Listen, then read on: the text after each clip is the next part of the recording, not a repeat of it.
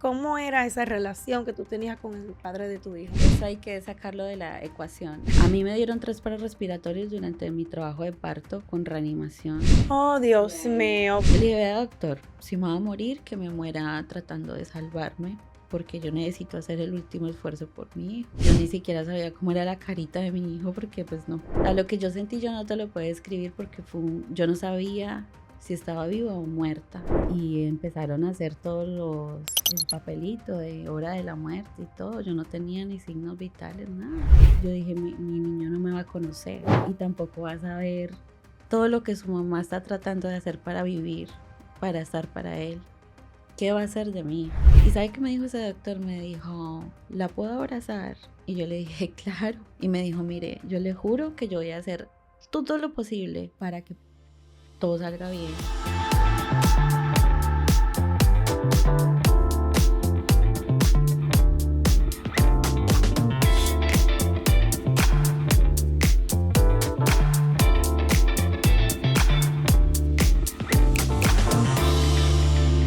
Bienvenidos a Consejos de Sol Aire, donde nos damos cita aquí para seguir aprendiendo de la vida, escuchando historias impactantes, personas que vienen aquí y nos dejan un granito de arena para seguir construyendo un futuro y un mundo mejor.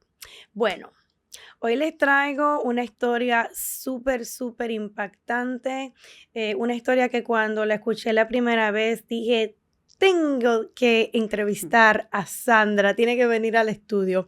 Vamos a estar platicando acerca del fenómeno reconocido como el NDE en inglés, que es, lo tengo que leer porque se me sigue olvidando, me lo sé en inglés, experiencia cercana a la muerte. Yo siempre he tenido, me ha interesado tanto el tema, pero bueno, aquí tenemos a una persona que experimentó un viaje por ahí, y vamos a ver qué nos cuenta hoy. Sandra, bienvenida a Consejos de Sol Aire y a Higher Studios. ¿Cómo estás? Gracias Rocío, de verdad, por esa invitación tan especial. Yo encantada de estar aquí en tu podcast. No, gracias por aceptar la invitación. Sandra Bermúdez es administradora de empresas, coach de vida, conferencista y conductora de radio y TV. Así que la presión es, ya ustedes saben, señores. Sandra, cuéntame de ti, háblame de ti, tu trayectoria, dónde naciste, dónde te crías. Ok, bueno, mi nombre es Sandra Bermúdez, yo soy colombiana, nací en Armenia, Quindío, y me crié en un pueblo muy hermoso que se llama Ulloa Valle. Vengo de una familia muy numerosa y muy humilde también, muy conservadora. Soy casada, tengo 2 hijos y vivo en este país hace ya 7 años. Bueno, gracias, Sandra. Señores, no se vayan de ahí, porque esto es un fenómeno, esto es un temazo. Y le quiero leer unas estadísticas acerca del NDE. Muchas personas, aunque sea en inglés, lo conocen como NDE, pero en español es SM. No me acostumbro a decirlo en español. Vamos a ver. La experiencia cercana a la muerte, ¿qué es? Según el Wikipedia. Es una experiencia personal profunda asociada con la muerte o muerte inminente.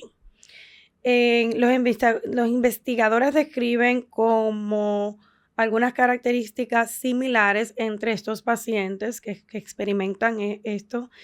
Cuando son positivas, pueden abarcar una variedad de sensaciones que incluyen desapego del cuerpo, sentimientos de levitación, serenidad total, seguridad, alegría. Pero a veces ocurre que la persona, en vez de ver luz, puede ver oscuridad, cosas feas, no muy favorables.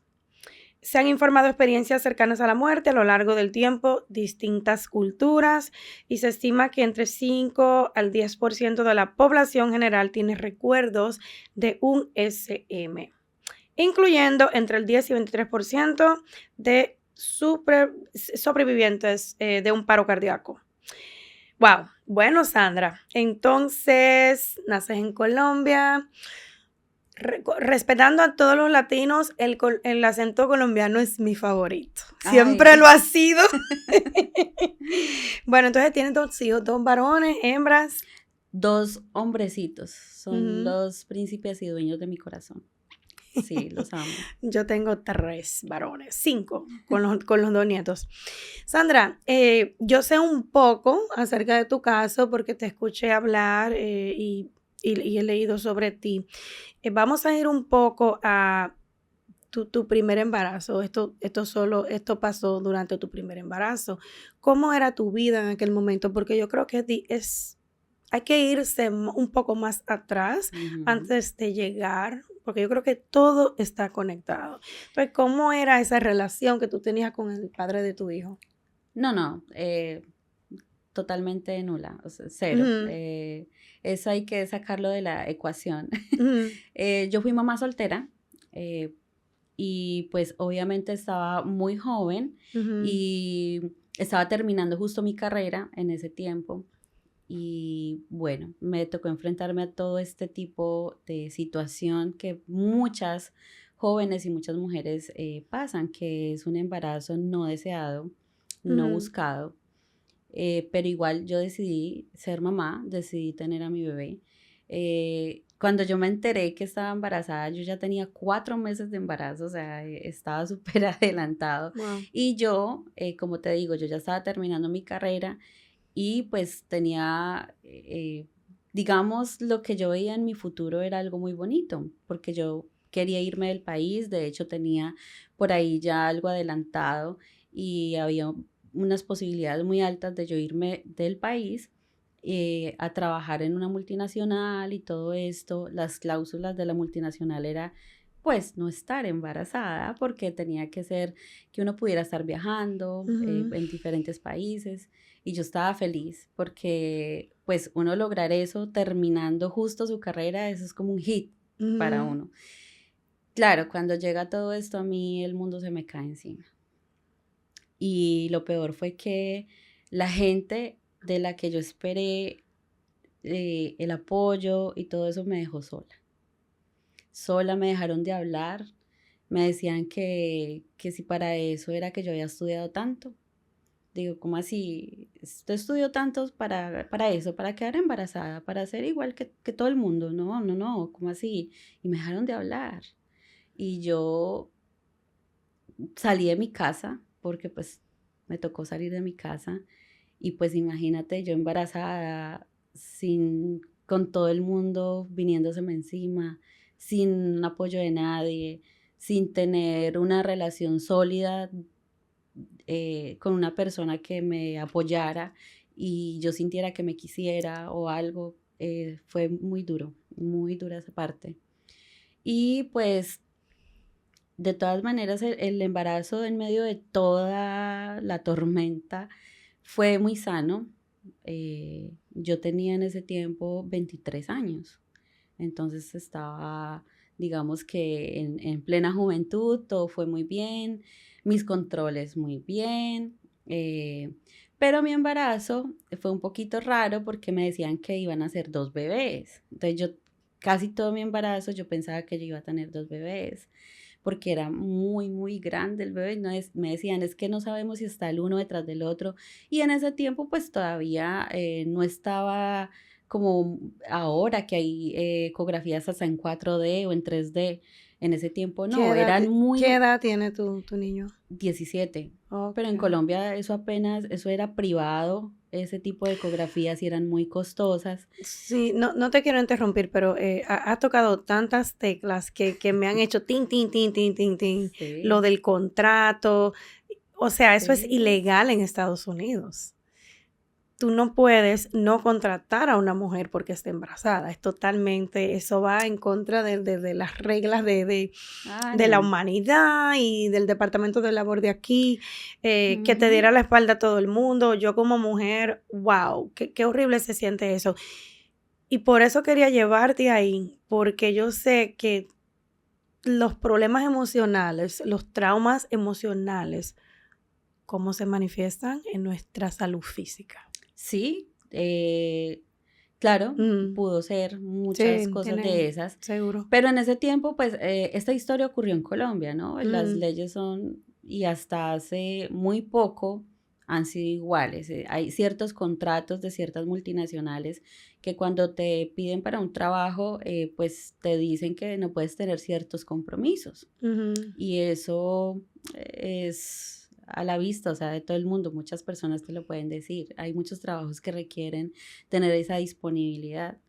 Y pues dentro de esas cláusulas estaba eso. Y pues yo ya en mm. ese momento yo no los podía cumplir. Entonces, pues claro, eso Sin fue para embargo, mí. tenemos a Rihanna que hace 2 años hizo el Super Bowl Ah, con un sí, panzón. Qué claro que lejos sí. hemos llegado, señores, Maravilloso. las mujeres. Sí, sí, no, lo bueno es que la sociedad se ha dado cuenta Sí, precisamente de esos errores que ha cometido y qué bueno sí. que cada día pues ese tipo de leyes o normas o reglamentos Ujú, pues cambien a favor, obviamente, de la mujer, porque nosotros somos sí, más que una mujer embarazada, o somos mucho más, o sea, el potencial de nosotras es increíble. sí, señora. Y bueno, volviendo al tema, eh, yo, pues, hasta último momento pensé que eran 2 bebés y pero en medio de todo, mi embarazo fue sano. Ahora, la forma en que iba a tener a mi bebé, decían, pues, porque como eran 2 dijeron: "Lo más seguro es que sea por cesárea". Entonces, me mandaron a hacerme una ecografía, para saber qué pasaba, si eran 2 si Mm, no, si había uno detrás del otro. Entonces, por fin logré esa ecografía y era un solo bebé, pero mi hijo fue muy grande, muy grande. Entonces, desde el principio me dijeron que yo no tenía la capacidad pélvica para tener un niño tan grande. Bueno, eso se quedó así, igual ya se había dicho desde hace con anterioridad de que yo iba a tener a mi bebé por cesárea. Cuando yo me enfermé, empezó la odisea desde que yo empecé a sentir los dolores, porque me llevaban al hospital y me devolvían. Me llevaban y me devolvían. Y yo con esos dolores duré una semana con contracciones fuertes y sangrados intermitentes y no me recibían en el hospital. Me devolvían para la casa. Hasta que ya, pues, en mi casa rompí fuente y mi mamá me dijo, nos vamos y si nos devuelven, allá nos vamos a quedar. Y así lo hicimos. Y de verdad, me devolvieron otra vez para la casa y mi mamá dijo, no, llevamos una semana viniendo y ustedes cada rato me la mandan para la casa y yo necesito que ella me la atiendan porque yo ya tenía 9 meses pasaditos.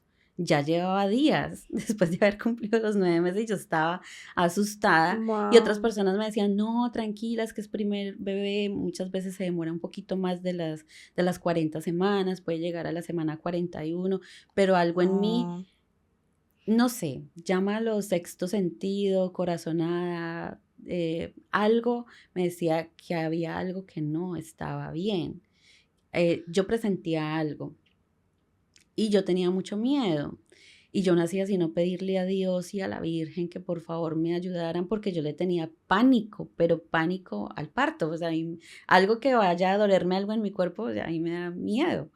Y yo decía, Dios mío, ¿esto cómo va a ser? No, qué susto. Y aparte de verdad, ¿qué tal que al niño le pasa algo por no nacer ya? Y yo con esos dolores. Y bueno, y yo le dije a mi mamá, si algo me pasa, le ruego el favor de que sea usted la que se quede con mi bebé. No vaya a permitir que el papá se lo lleve ni que nada. O sea, el bebé es mío y si yo no estoy, eso yo, mi mamá me dijo, pero ¿qué le pasa? ¿Usted por qué me está diciendo eso? Yo le decía, no mami, no sé, estoy nerviosa, pero por favor prométanme. Me dijo, pues claro que sí, pero eso nada malo va a pasar. Pero algo en mí me decía que iba a pasar algo.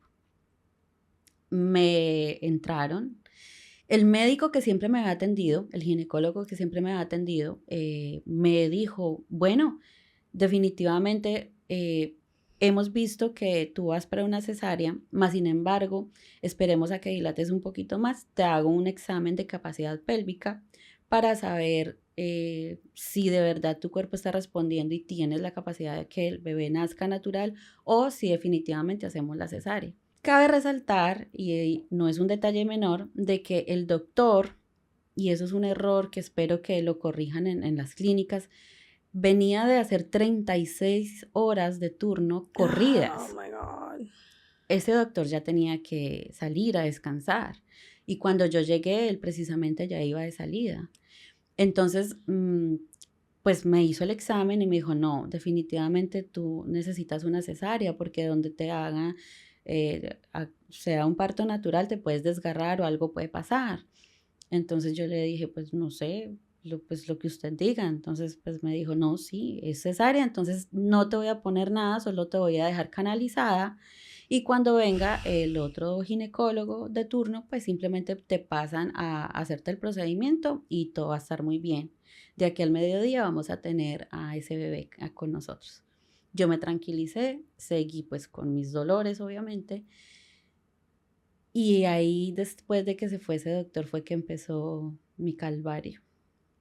Empezó todo mal. Todo lo que puede estar mal en la vida pasó. Llegaron, era una clínica muy grande, pasaron como 8 ginecólogos a mirarme y pues todos coincidían con que era una cesárea, pero que los quirófanos ya estaban pues ocupados Oh, con Dios citas previas de mío. otros pacientes. Wow.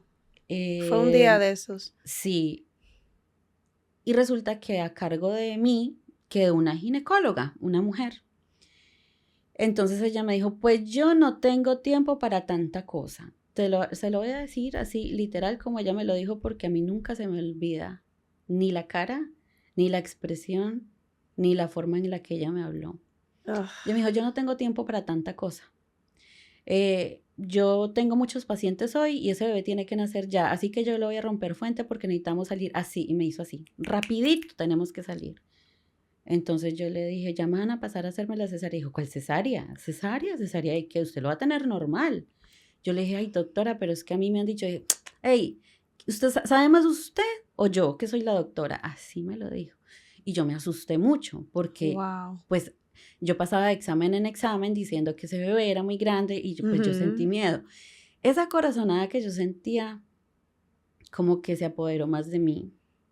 Y a mí me empezó a recorrer una cosa como en la sangre, pero yo decía, estoy muy nerviosa, yo tengo que controlarme. Y pues yo dije, yo pegada de Dios, siempre. Resulta que la señora efectivamente me pasó a un lugar a hacerme un procedimiento que para romperme fuente. Y yo dije, pero es que yo ya rompí fuente. Dios, es que necesita terminar de salir ese líquido. Y yo no entendía, pues yo, mamá primeriza, yo no tenía, además no dejaron entrar a nadie conmigo, nada, yo no tenía nada.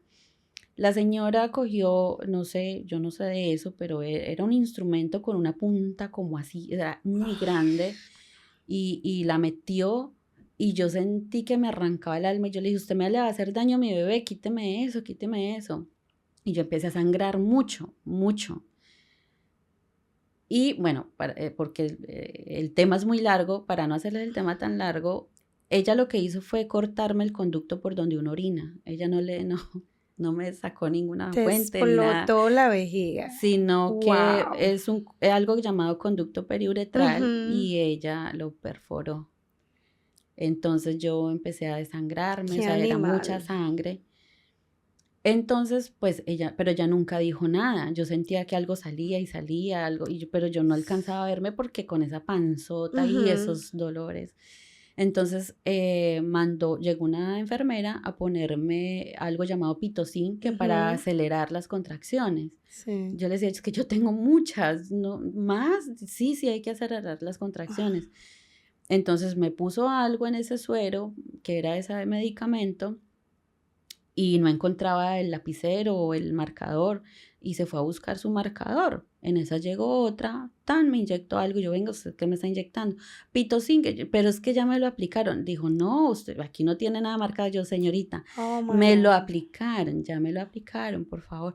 Pero ¿quién fue? Descríbamele. Yo, fue así, así, así, y se fue. Y yo, pero quíteme esto. Llegó otra, mire, sin hacer el cuento largo, me aplicaron 4 dosis de ese Oh, Dios medicamento. mío, pero todo estaba era como un Sí, plan no macabro sé, ese día contigo. no sé, el caso es que mi cuerpo, yo me empecé a sentir muy rara y mi cuerpo empezó, obviamente Uy, los dolores eran, yo no te los puedo describir, de hecho un dolor de parto no se puede describir, es una cosa, brutal, es muy fuerte. Pero yo empecé a notar que mis venas se ponían como negras, como, o sea, mi cuerpo se ponía como renegrido, como morado. Y yo no sabía, pero yo sentía una fuerza, yo sentía que como que todo se me iba a salir de mi cuerpo. Ay, Y mi bebé dejé de sentirlo. Y toda la barriguita se fue como hacia la espalda, o sea, mi barriga era torcida, era horrible. Y yo sentía como en el corazón de mamá que mi bebé se estaba escondiendo de algo. Y él se dejó de mover. Y yo con ese miedo. Luego llegó una señora ya mayor, estaba sobre los 40 años y era el primer bebé que iba a tener, pero ella sí lo iba a tener normal.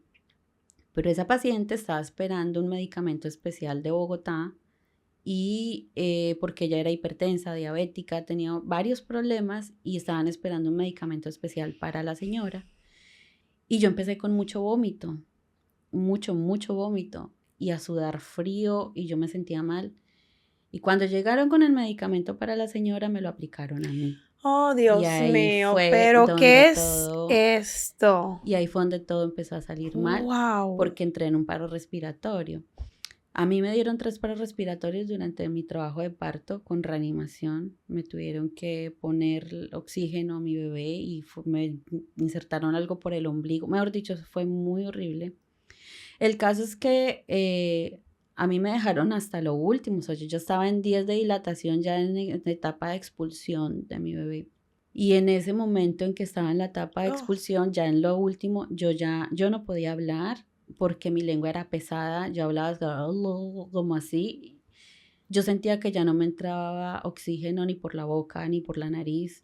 Era tapada mis vías respiratorias, yo sentía como si me estuvieran ahorcando. ay, Dios mío. Mis uñas empezaron a salir sangre de todas mis uñas de manos y pies. Y yo me empecé a hinchar, a hinchar y a hinchar. Y toda la parte así de por acá de mis ojos, como de los poros, eran saliendo como sangre, como de los poros de mi cuerpo. Yo no sé qué me estaba pasando. Entonces en ese llegó el doctor que siempre me había atendido. Oh, No sé qué fue a hacer al hospital y me vio así.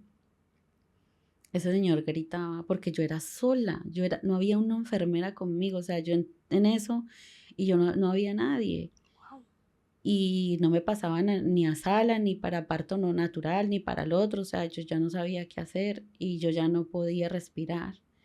Cuando él llegó, yo solo recuerdo que él me cargó como pudo y me pasó a la sala donde pues las mujeres tienen sus bebés normal y me decía, por favor, puje, puje, que el niño ya está ahí, se va a morir el niño, por favor. Y yo entré en el tercer paro respiratorio.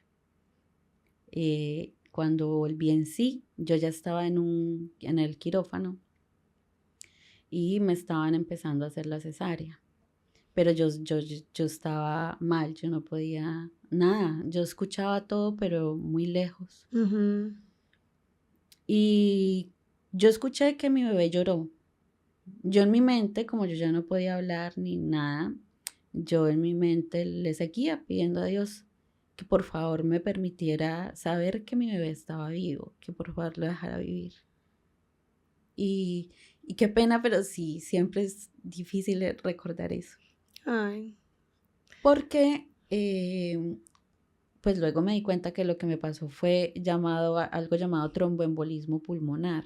wow. A mí todo eso, no sé si fue por las 4 dosis de pitocin, bueno, un médico sabrá mejor que yo, eh, hizo que un coágulo de sangre se me fuera como al corazón, estuviera como entre el corazón y el pulmón, porque mire, para mí nunca fue claro, porque empezando que mi historia clínica la desaparecieron.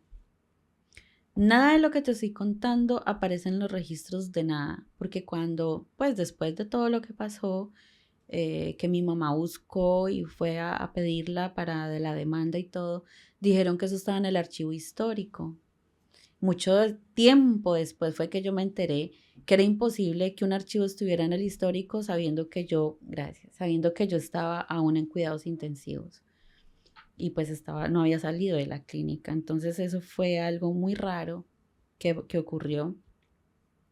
El caso es que cuando yo escuché que el bebé lloró, eh, Mi mamá hizo lo que yo le había pedido y ella de donde estuvo gritó, yo ya tengo el bebé, yo ya tengo el bebé. Y yo sentí como que descansé, como que se me quitaron todos los dolores y yo solamente en mi mente dije, gracias Dios mío, y por fin puedo dormir. Y yo sentí que tenía un sueño, un sueño, un sueño y me fui, yo sentí que nada me dolía. Y yo me sentía como cuando tú te estás durmiendo tan rico que te vas y sentía una sensación de paz, de descanso. Hasta ahí me acuerdo. Y ya cuando desperté fue ya la parte fea y horrible que me traumatizó porque yo no desperté en una cama normal de hospital. Yo estaba en una lata con mi cuerpo totalmente desnudo.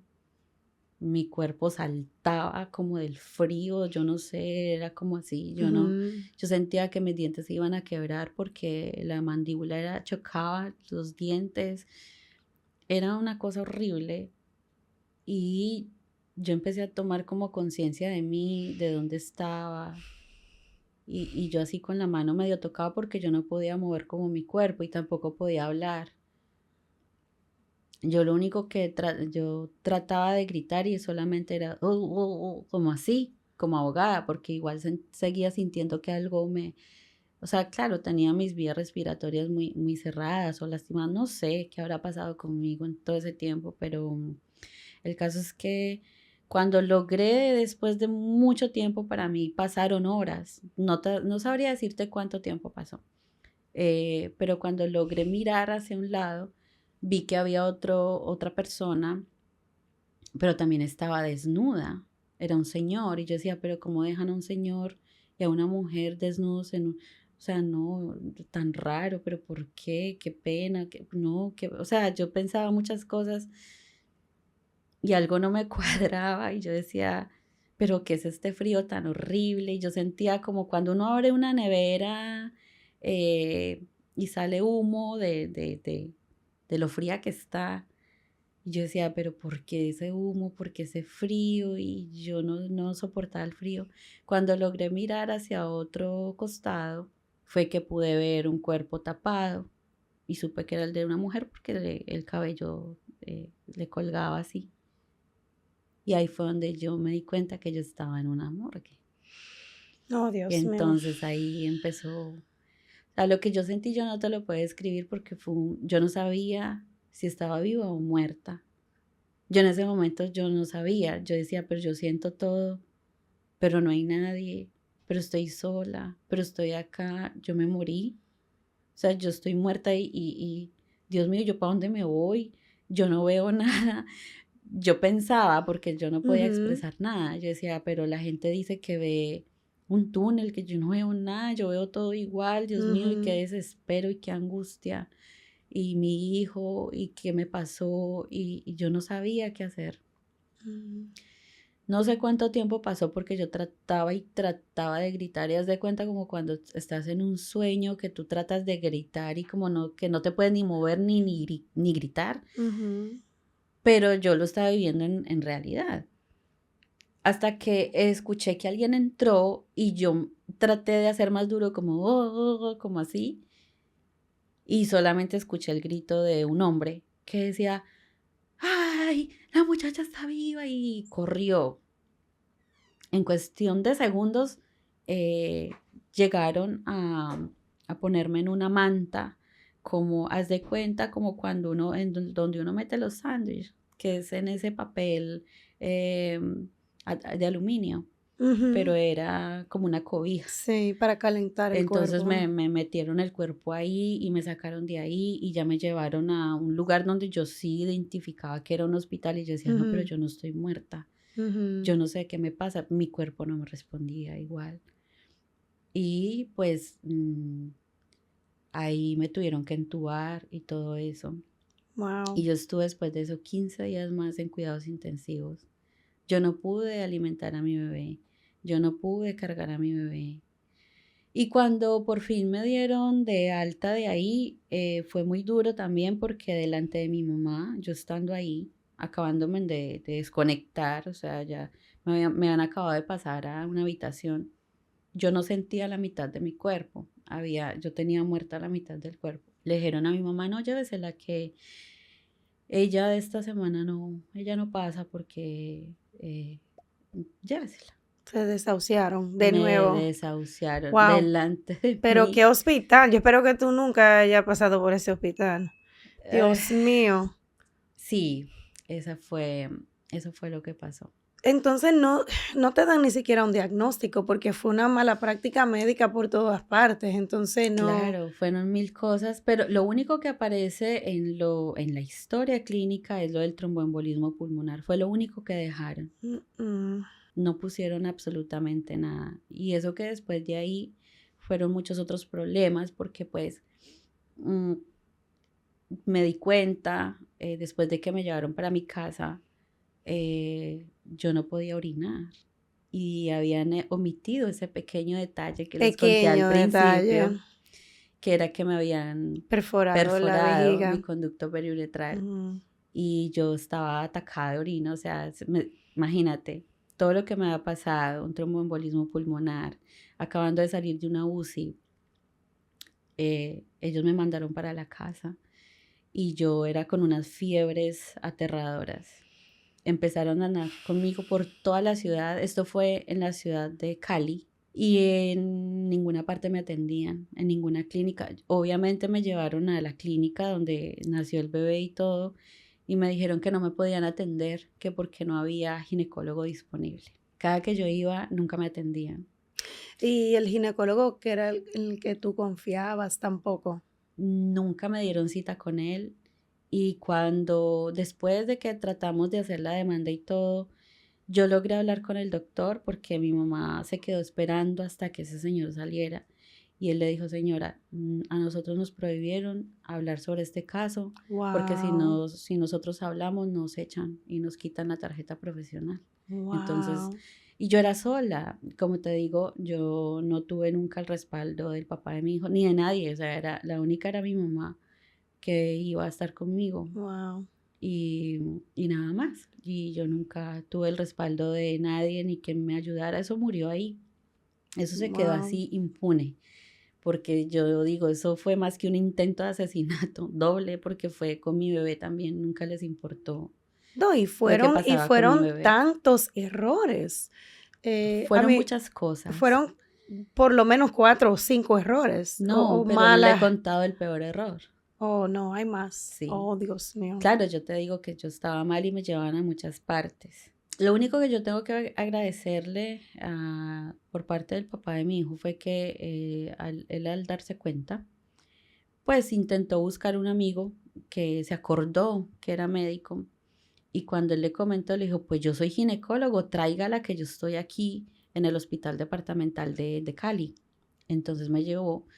Llegué directamente, ese mismo doctor me esperó en la puerta de la clínica y me llevó me acuerdo que era el sexto piso, que quedaba ginecología. Y, y él me dijo qué fue lo que pasó. Yo le contaba lo que yo sabía.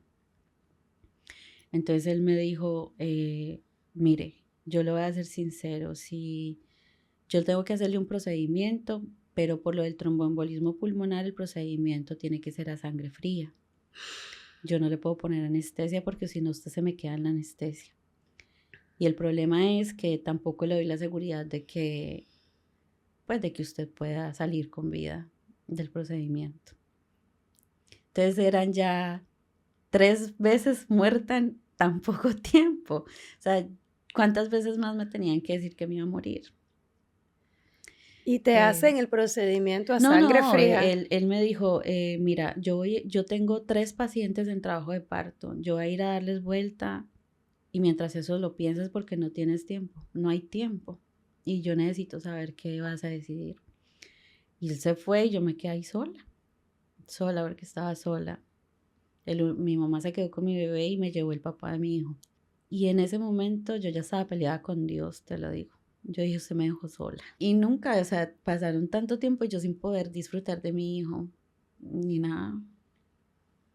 Yo ni siquiera sabía cómo era la carita de mi hijo porque pues no, ¿cuándo? ¿En qué momento? Y yo estaba mal y Y me dijeron, entonces él regresó y me dijo, ¿ya lo decidió? Y yo le dije, sí. Yo le dije, vea, doctor, igual me va a morir. Pues entonces, si me va a morir, que me muera tratando de salvarme, porque yo necesito hacer el último esfuerzo por mi hijo.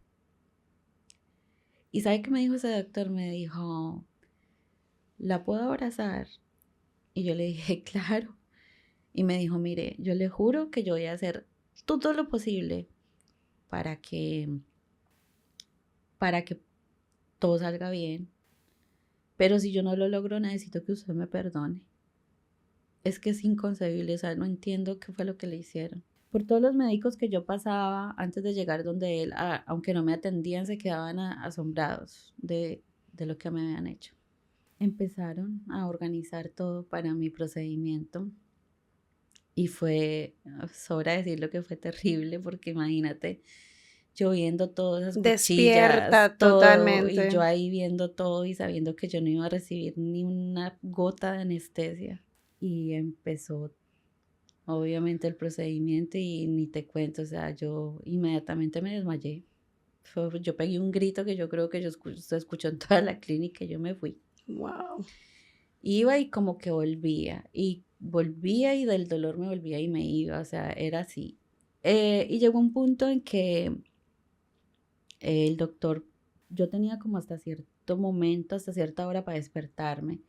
Si yo no despertaba como en ese rango de tiempo, pues ya conmigo ya no, ya valí, ya me fui, de verdad. Y pues esa hora llegó y yo no despertaba. Y empezaron a hacer el papelito de hora de la muerte y todo. Yo no tenía ni signos vitales, nada. De nuevo. De nuevo. Cuando de repente volví, desperté y desperté con mucha tos. Entonces ese señor gritaba, bailaba, me abrazaba, le daba gracias a Dios, Señor, se arrodilló. Yo nunca en mi vida vi un médico hacer eso, nunca. Ese día lo vi. Wow. Y ahí fue donde me di cuenta que como me dieron por muerta, me dejaron en mi estómago gasas y cosas. Entonces pues pasó ya al otro ciclo que fue tratar de que me operaran para que me quitaran eso.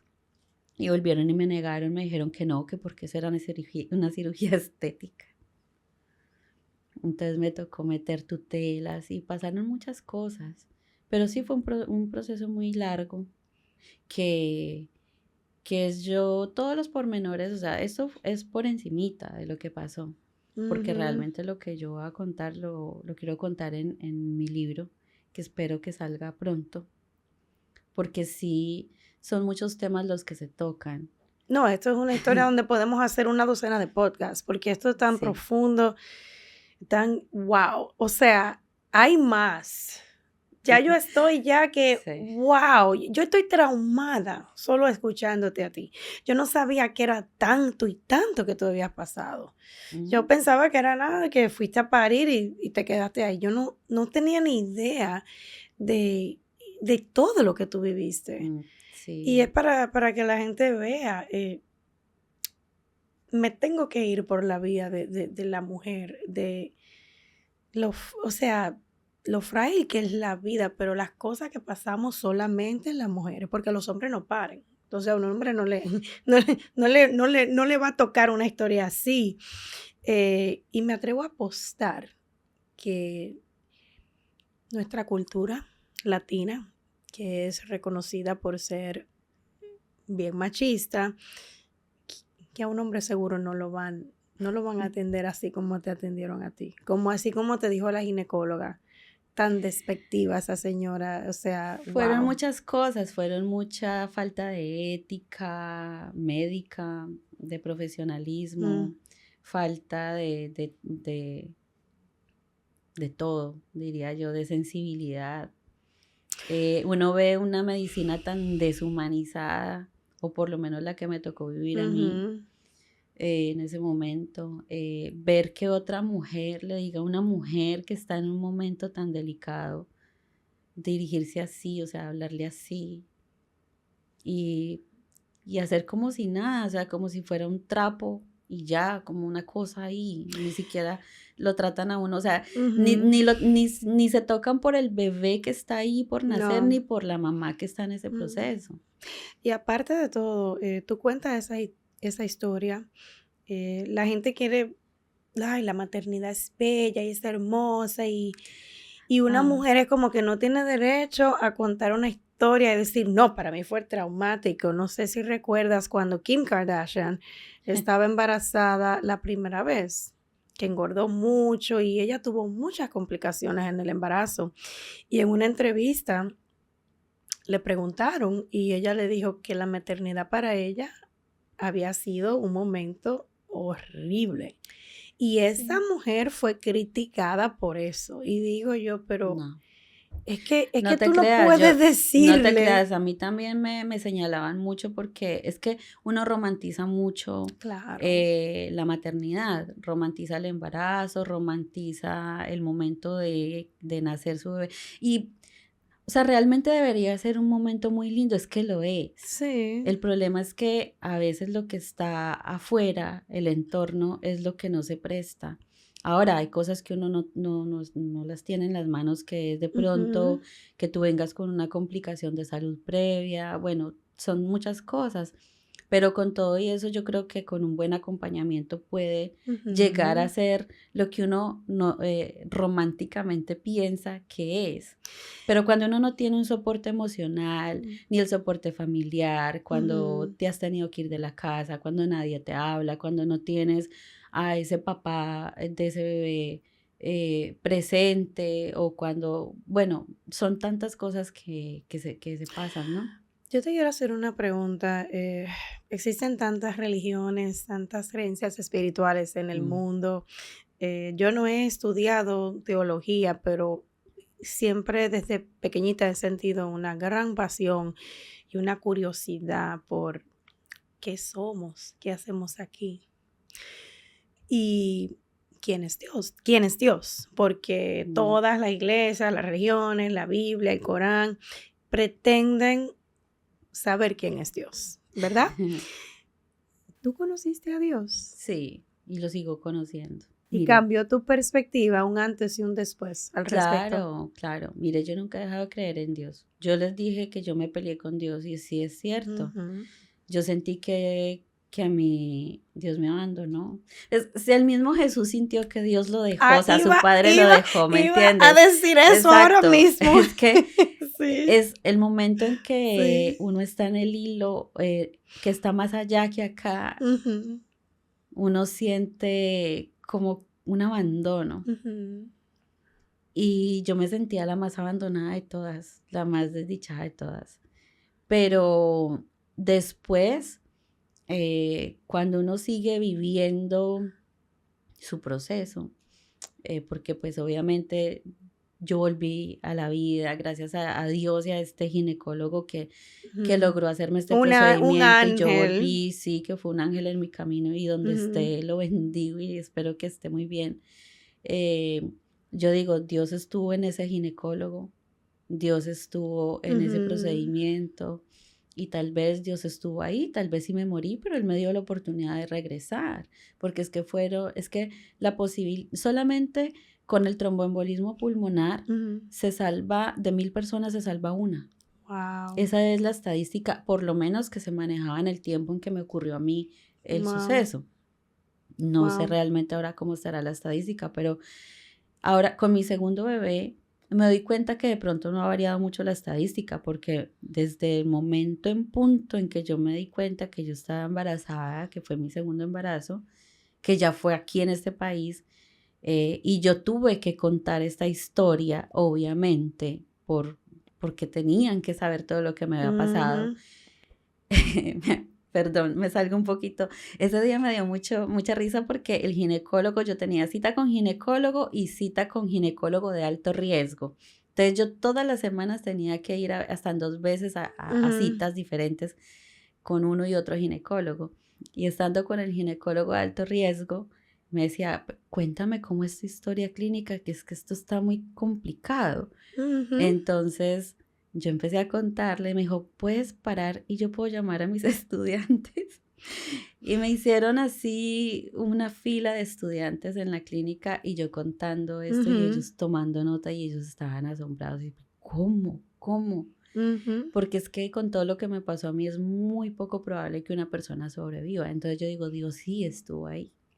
Lo que Wow. pasa es que en medio del dolor y en medio de la angustia y uno verse como quedó y cómo se siente, Ujú. pues claro, uno dice, Dios me dejó. ¿Cómo te cambió la vida esa experiencia? ¿Has Uf, encontrado tu propósito?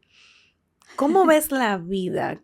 ¿Cómo ha sido el antes y el después de esta experiencia? mire, en ese tiempo yo me gradué de administradora de empresas, Ujú. yo me enfoqué en el área de calidad y todo eso, pero a uno en la universidad no lo preparan para este tipo de cosas. Y no lo preparan para usted levantarse de un proceso y de un suceso tan duro y tan traumático. Y a mí me traumaron muchas cosas. Primero, el hecho de que me decían que yo igual en cualquier momento me iba a dar una parálisis o una trombosis o quedar para siempre así porque en mí está latente en cualquier Ujú. momento que me dé el tromboembolismo llegue a mi vida otra vez por alguna práctica o por algo. Entonces, como todas esas secuelas llegan y se quedan contigo. Pero desde el momento en que yo me puse a pensar y que me confrontó la vida, cuando este doctor me dijo, tienes 10 minutos, menos de 10 minutos, para decidir si hago el procedimiento o no, yo pienso que ahí fue donde empezó como la introspección que yo empecé a hacer de todo lo que me estaba pasando. Y en ese momento, sin yo saber ni tener los conocimientos que de pronto tengo hoy en día, yo dije y me pregunté, yo dije, mi niño no me va a conocer, él no va a saber nada de mí, él no va a saber quién fue su mamá y tampoco va a saber todo lo que su mamá está tratando de hacer para vivir, para estar para él. ¿Qué va a hacer de mi hijo? ¿Cómo quiero que mi hijo me recuerde? Y yo sin saberlo me estaba haciendo la pregunta. Luego es que ya empezó a cobrar sentido esa pregunta que yo me estaba haciendo. ¿Cómo quiero que a mí me recuerden? Y entonces empieza a cambiar mi vida. Y ahí es donde yo Ujú. empiezo a buscar mi propósito. Yo digo, y sobre todo cambia porque una cosa es ese tiempo en el que yo estuve en Colombia, como quiera, estaba en mi país, sean las condiciones que hayan sido, pero venirse ya para este país vuelve a tocarle la puerta a uno esa pregunta, ¿qué quieres hacer? Y toca volver a empezar porque es una vida nueva, gente que no te conoce y cuál es tu propósito, porque una cosa es lo que uno piensa estando en el país de uno y otra cosa es lo que piensa estando en Ujú. otra parte, Claro. como migrante. ¿Qué voy a hacer? Yo ya no soy la administradora de empresas, aquí yo en qué me voy a convertir, yo qué lo quiero hacer de mi vida. Pero la misma pregunta, ¿cómo quiero que me recuerden? Y eso es lo que siempre me ha llevado a mí a buscar ese propósito todo el tiempo. ¿Cómo está tu vida hoy en día eh, en el amor? Sé que te casaste, estás Sí. felizmente casada. Y tu hijo conoce la historia, conoce todos los detalles. Mi hijo conoce la historia, los detalles. Y hace poquito estuve a punto de perder a mi hijo otra vez, porque hace poquito le diagnosticaron una enfermedad autoinmune y, y mi hijo se me estaba yendo entre las manos y yo decía, no, esto no puede ser.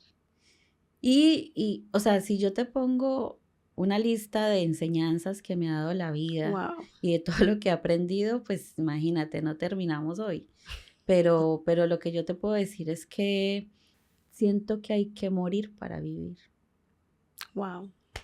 Me encanta, Y me eso es lo que te encanta. puedo decir, porque si yo no hubiera estado al borde de la muerte, yo creo que si la vida no me hubiera puesto ahí en esa línea, yo no hubiera entendido el sentido de vivir, porque yo sentí que yo volví a nacer después de eso. Wow. y la forma de ver mi vida y mis cosas y lo que estaba a mi alrededor, todo cambió. Absolutamente todo El cambió. significado de la vida cambia.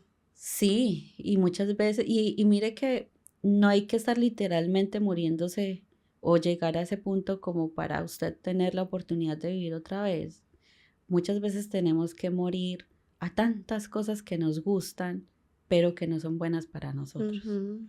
Entonces yo pienso que partiendo de ahí, hay que morir y dejar muchas cosas para poder seguir avanzando, es lo que nos permite a nosotros como estar más en el ahora y en lo que tienes y qué hacer con lo que tienes y cómo salir adelante con lo que tienes y ponerte como los pies en la tierra, porque a veces uno se pinta pajaritos en el aire, pero nunca hace la introspección que uno debe hacer. Uno debe hacer un alto en el camino y saber dónde está parado y qué quiere hacer y para dónde va, porque es que el que no sabe para dónde va, cualquier bus le sirve.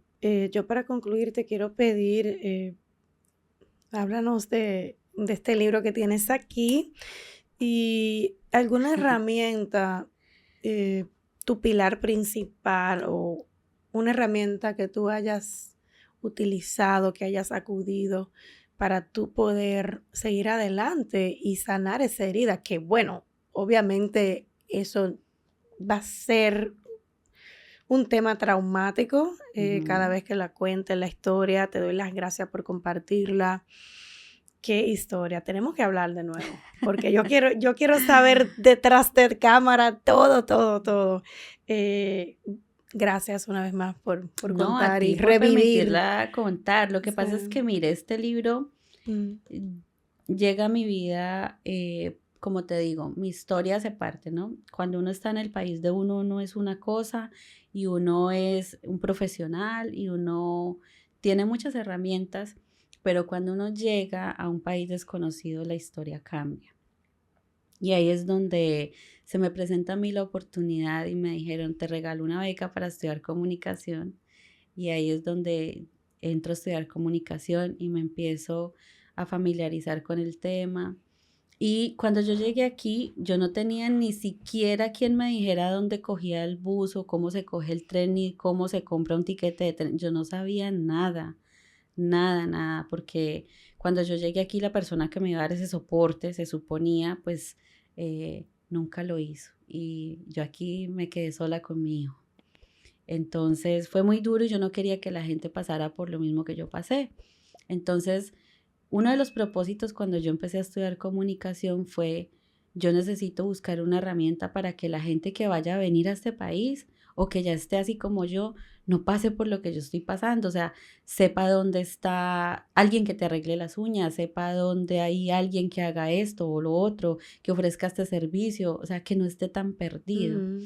Y ahí fue donde inició el tema de crear mi programa, que inicialmente se llamaba Hasta que se acabe el café New York, hoy se llama Enciende el foco. Y en esa búsqueda de mi identidad, porque yo sentía que mi alma necesitaba más y sanar todo eso que me había pasado, Ujú. llegué a conocer a alguien que me llevó a prepararme y a estudiar y a formarme como coach de vida. Y entonces ahí es donde llega este libro, que mucho después de terminar, de graduarme como life coach, hice la maestría. Cuando terminé la maestría, se me presenta la oportunidad de ser coautora de este libro. Somos varios coaching y este libro se llama Identidad de Coach y es muy bonito porque se llama La magia de la transformación. Entonces ahí yo cuento cómo me transformó a mí el coach. Toda Mm, esta parte del coaching, qué hizo en mí y por qué yo decidí ser una life coach hoy en día. wow. Entonces, es muy recomendado. Aquí van a encontrar no solamente lo que yo aprendí, sino el aprendizaje de muchos otros coaches. Entonces, Mm. se lo recomiendo. Se llama Identidad de Coach, la magia de la transformación. Lo pueden encontrar también en En Amazon. Amazon, ok. Ujú. Así que, pues nada, invitados a que empiecen a leer, a buscar dentro de ustedes mismos. Pero la pregunta que me hiciste ahora, de pronto lo que me ha fortalecido es esos pilares que yo siempre he tenido en mi vida. El primero es Dios, mi familia, mi esposo, porque conocí un esposo maravilloso, que es un hombre increíble. Creo que fue el San José que tanto le pedía a Dios. Siempre me apoya, mis valores y algo que yo llamo en mis talleres la compatía. Si tú no tienes compasión y empatía contigo mismo, no la puedes dar a los demás. Compatía, wow, me gusta. Sí, así se llama. Cómo aplicar la compatía contigo y con los demás. Y de eso se trata también mi taller, que estoy dictando un taller que se llama, somos 3 personas, no lo hago yo sola. Estoy con Jenny Urbano, con Evelyn Christopher. Entonces se llama Encuentra tu equilibrio y conecta con tu ser. Y es un taller muy integral, porque no solamente hablo de la compatía y con personas especialistas en lo que es la sanación, porque hay que sanar pues todo lo que uno trae de atrás y todo eso. Pero en mi caso, lo que yo hago como life coach es tomar lo que hay ahora en tu presente y cómo te proyectas hacia tu futuro. Y mi compañera Evelyn Christopher, ella es especialista en todo lo que, ella es mentora, en todo lo que es expresión corporal y comunicación.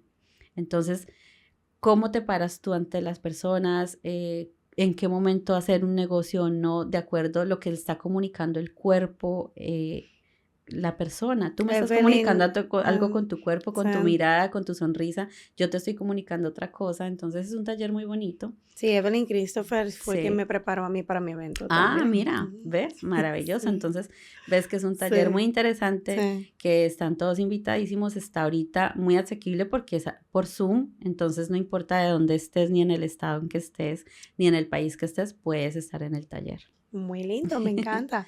Sí. Sandra, gracias por concederme esta entrevista. Tenemos que hablar mucho más, tenemos mucho que hablar. Yo para cerrar, ¿qué puedo añadir después de tanto y tanto y tanto, una historia tan wow, tan traumática? Solo que siempre le digo a la audiencia, siempre comparto, este es un ejemplo vivo de que un capítulo del libro de nuestra vida no tiene que definir el resto de la historia. Nosotros somos el protagonista, el guionista, el productor y el director de nuestra película, de nuestra historia.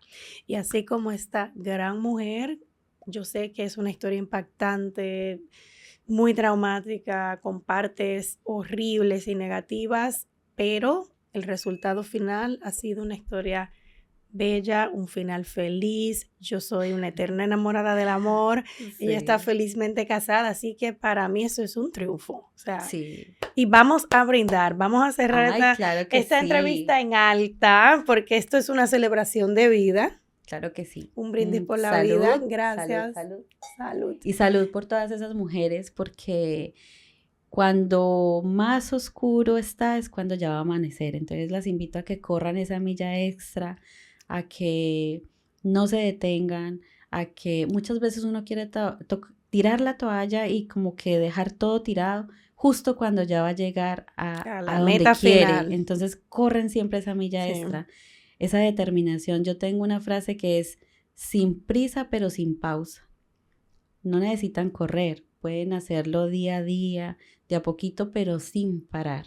Entonces, esa es mi invitación el día de hoy para todas ustedes. Gracias. Sigan apoyando a Love and Gotham, a Consejos de Solaire, a Sandra Bermúdez, que saca su libro pronto. No olviden que la unión está a la fuerza, pero el verdadero éxito se alcanza a través de la colaboración. Gracias. Adiós y salud. Bye.